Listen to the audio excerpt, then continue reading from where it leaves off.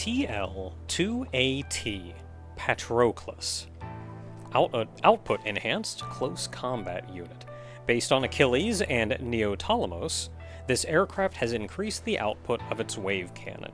This is the last in the line of this particular series. Standard XX and Shockwave Cannon.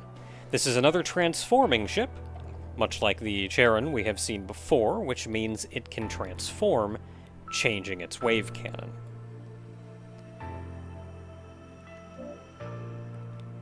Beam Saber Force. The two arms of the Force carry optical swords, capable of inflicting direct damage on enemies, very useful in areas where radar cannot be used. This is a very close-range force. And nothing terribly interesting in the bits and missiles, though it is known to have the Photon Missile 2 and 6-way homing missile.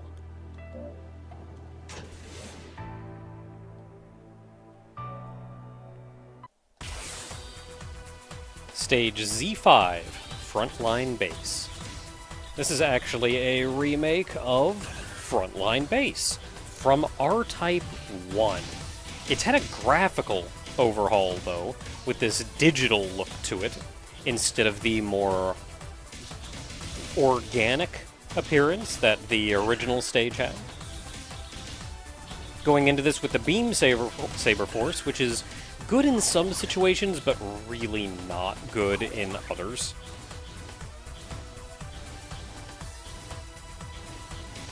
The biggest problem with it is that it has no distance.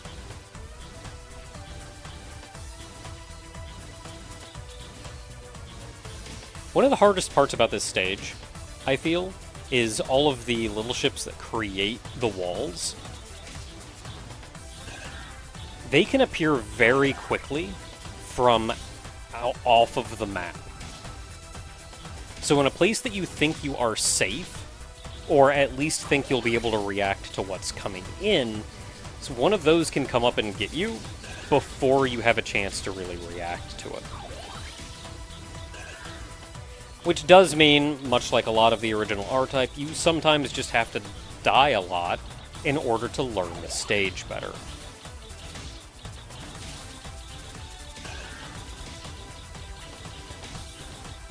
Yellow has a bit more distance, but otherwise is not much different from red, though red does...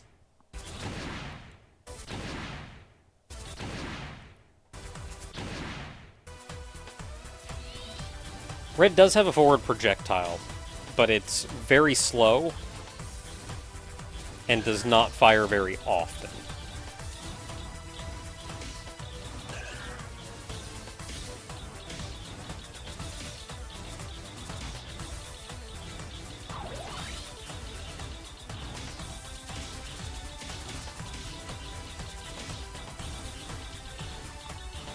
This force is also just not very strong, when I feel like a forced close-range force should at least be high damage.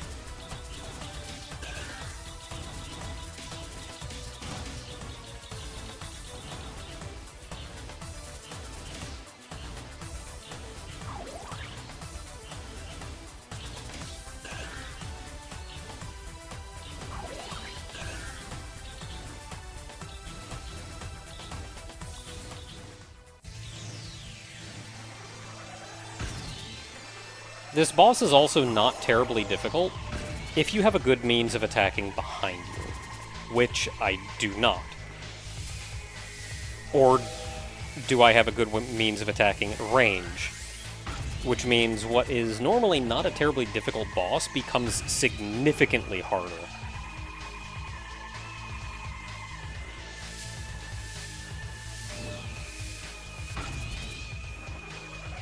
I end up relying a lot on my charge shot, which is very low DPS. The charge shot is good burst damage, but low DPS. You do not want to use it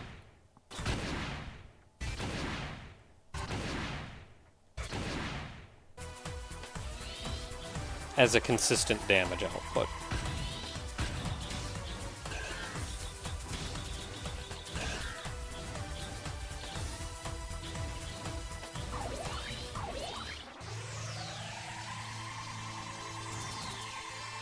which means what is already kind of a difficult boss is going to be taking even longer.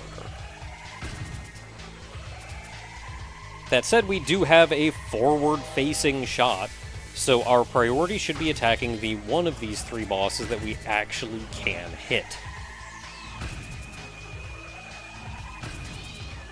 Killing even one of them will make the rest of the fight significantly easier, if only because you have more space to play with. I have found the boss moves in a consistent path, and during that part of the boss's pattern, you are actually safe in the upper left-hand corner. With one segment of the boss down, it is very difficult for me to hurt the other two sections of the boss, so I end up just using the charge shot and the area of effect around the charge shot to hit the boss in positions that I otherwise wouldn't be able to.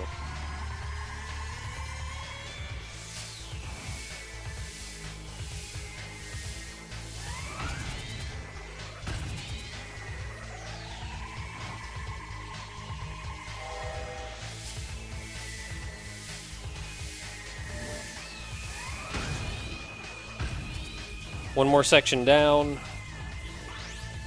and I believe that was the section that did the spew of bullets.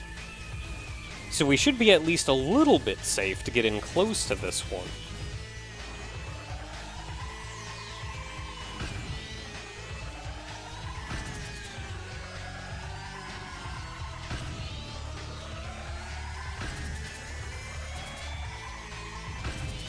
You know, when it decides to not be against the wall.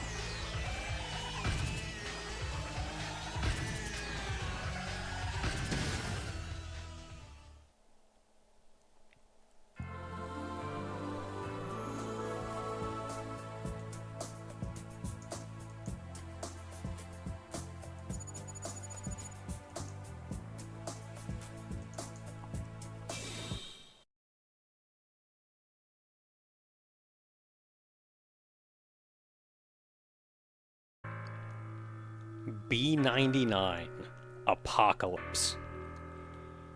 A mysterious craft with a high affinity for the weapons equipped by aircraft with Bido elements. Despite its resemblance to B-1D in appearance, the measured Bido coefficient is not comparable. Some consider it to be the endpoint of the Bido Element Addition project, yet nobody knows the development history of this craft, when or who developed it. The aircraft is nearly ruined so that it can navigate as a miracle. When the wave cannon is fired, it reacts to the aftermath and leaves a high concentration of energy in the B-99's orbit. This is the R-99 equivalent within the Bido system. So technically it is not as powerful as the R-99, which can equip all forces and wave cannons. However, this one can equip all forces and wave cannons and bits that the entire line of Bido ships can. In fact, even the regular ships that may have had some Bido influence can be used by this ship, giving it access to a large number of wave cannons, the Evil Wave, Dantelion's Flute, Bido Seed Gun 2, 3, Ivy Rod, Thorn Ivy, Princess Ivy, Bido Spirit Cannon, Spirit Cannon 2, Spirit Cannon 3, Devil Wave, which is the very basic charge, Devil Wave 2, Devil Wave 3, Love Sign Wave Cannon, Acid Spray, Nitro Spray, Force Wave Cannon, I'm not sure what the LM, Liquid Metal, Force Wave Cannon LM2, Sexy Wave Cannon, Sexy Wave Cannon 2, Scale Wave Cannon, Claw Wave Cannon, Gold Rush Cannon, Shower Cannon, Prism Rhythm Cannon, Bido Cannon 2, and the Heckfire Wave Cannon, which comes from the flame units, not actually directly within the Bido line. For our purposes, we are going to be using the Shower Cannon, which functions much like the Dandelion's flute, though I believe it is more powerful. Also, if you eject the force, you fire a straight shot, but if that straight shot hits the force, it then splits into Dandelion's flute. And then forces, we have the Bido Force DX, Life Force, Flower Force, Ivy Force, Beast Force, Bido Force, Love Force, Mist Force, Metallic Force, Sexy Force, Scale Force, Claw Force, Gold Force, Platinum Force, Diamond Force, Noodle Force, and the Heck Flame Force. Once again, for this one, we are going to be using the Diamond Force. Bits, it does still have a number at their disposal. The Eyeball Bit, Shadow Bit, Round Bit, and Mirror Shield Bit. And quite a few missiles. The Eyeball Homing Missile, Eyeball Scatter Bomb, Eyeball Depth Bomb, which are all Bido exclusive bombs. Then the regular Homing Missile, Depth Bomb, Scatter Bomb, Photon Missile, Enhanced Homing Missile, Anti-Ground Missile. Then the Eyeball Vertical Missile, and the Flame Depth Bomb. I do not believe we have seen the Eyeball Vertical Missile yet.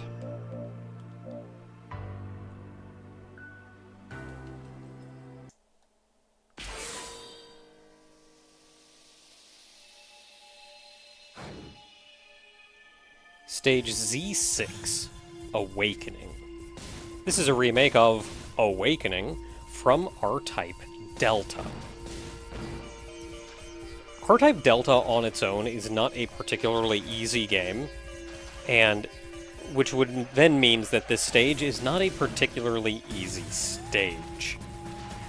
Add to that, they've made this stage even harder. I think one thing that would have helped me was having a better red.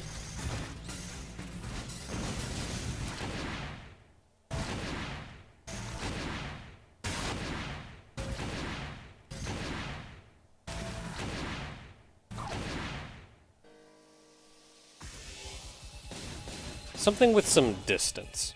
Thankfully, this force's yellow is phenomenal. And whereas I had trouble getting through this section and figuring out how to dodge and go about it, yellow kind of just solves all my problems for me.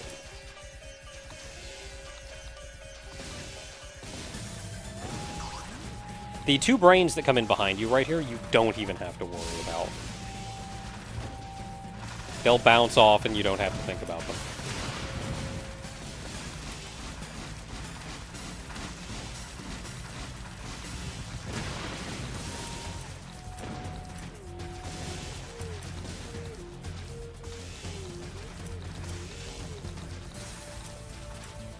Now, things get a little bit dicier here because you have to squeeze into this tiny little spot and the brains are still coming in from behind.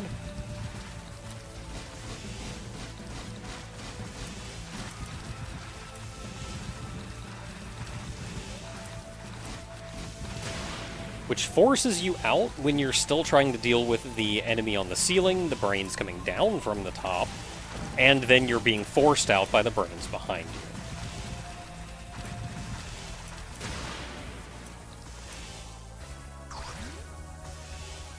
Killing the large creature is the easiest thing that you can do, but also one of the more difficult given his health.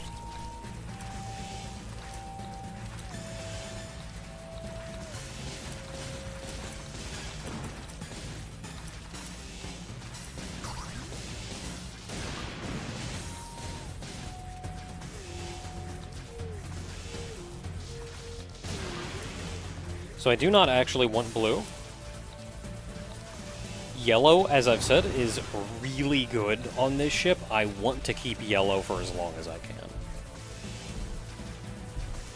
Yellow is a little bit difficult to hit enemies above you, because this yellow tries to reach a certain height on the screen and almost refuses to go higher than that.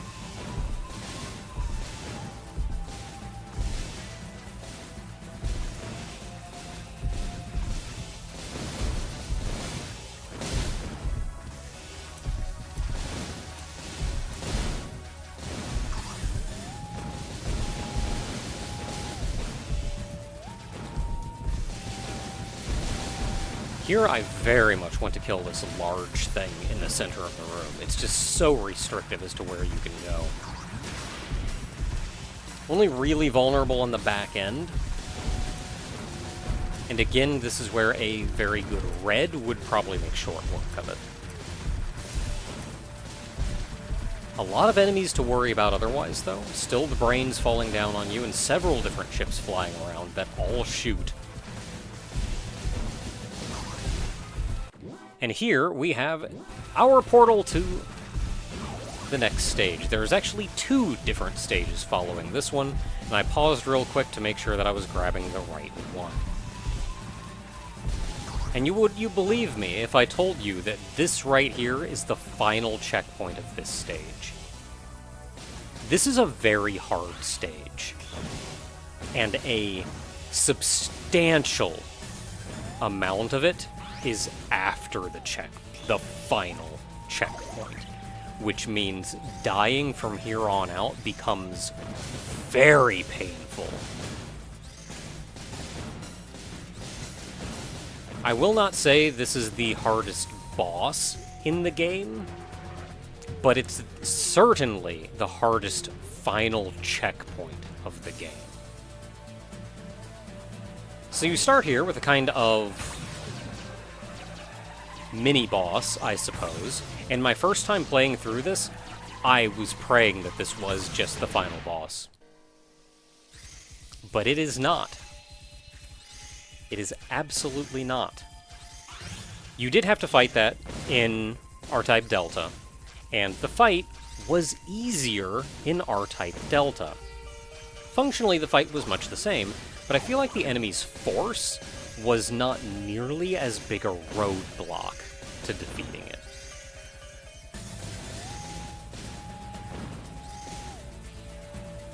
This section, by the way, if you die and do not retain your power-ups, this is a very dangerous checkpoint without a force.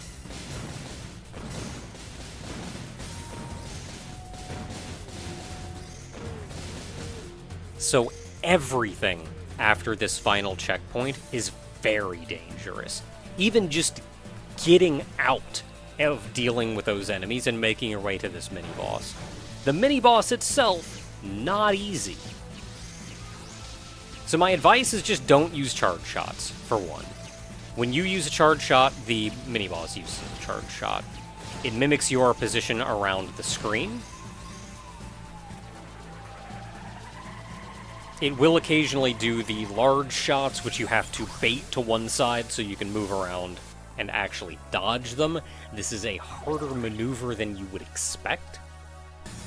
And once you've destroyed two or so of them, the remaining one runs. And then we come up against our boy.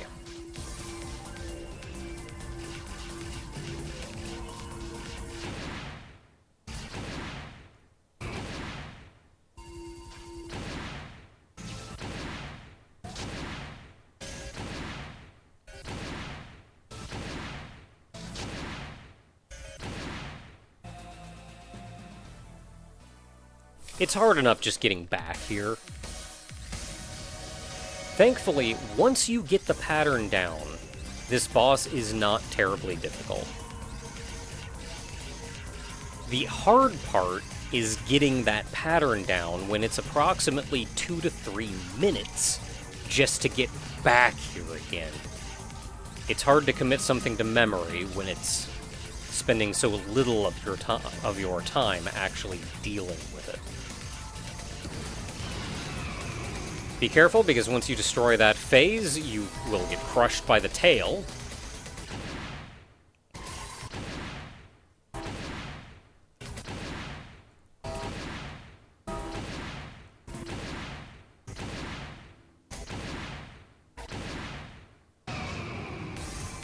And then we move on to stage 2 of the fight. This one actually has a consistent pattern. This is something you can learn and just always move to the correct position in order to dodge and deal with. Very consistent. Very learnable.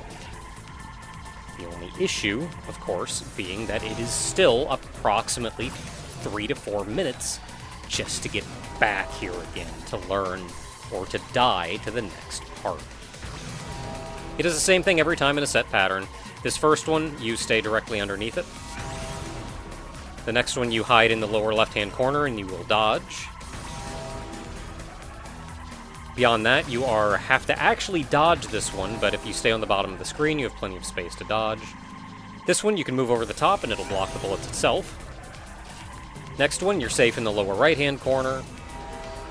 And the last one, you want to be right under that thing's chin to dodge. And then there's another phase. A nightmare stage. That's the dose attack, which I was hoping would just kill it outright.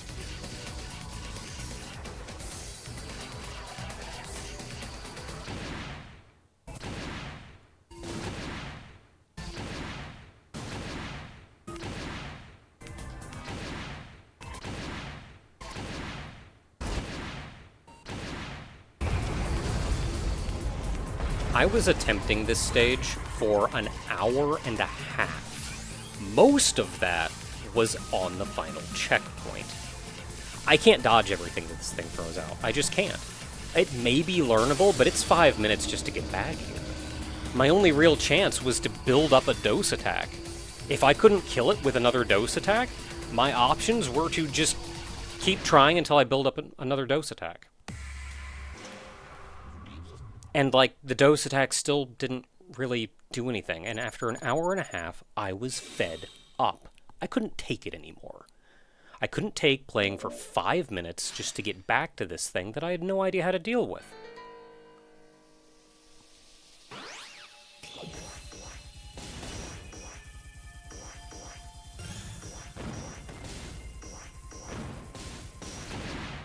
And the start of the stage is just as dangerous as it always has been. Start of that checkpoint. But I was done.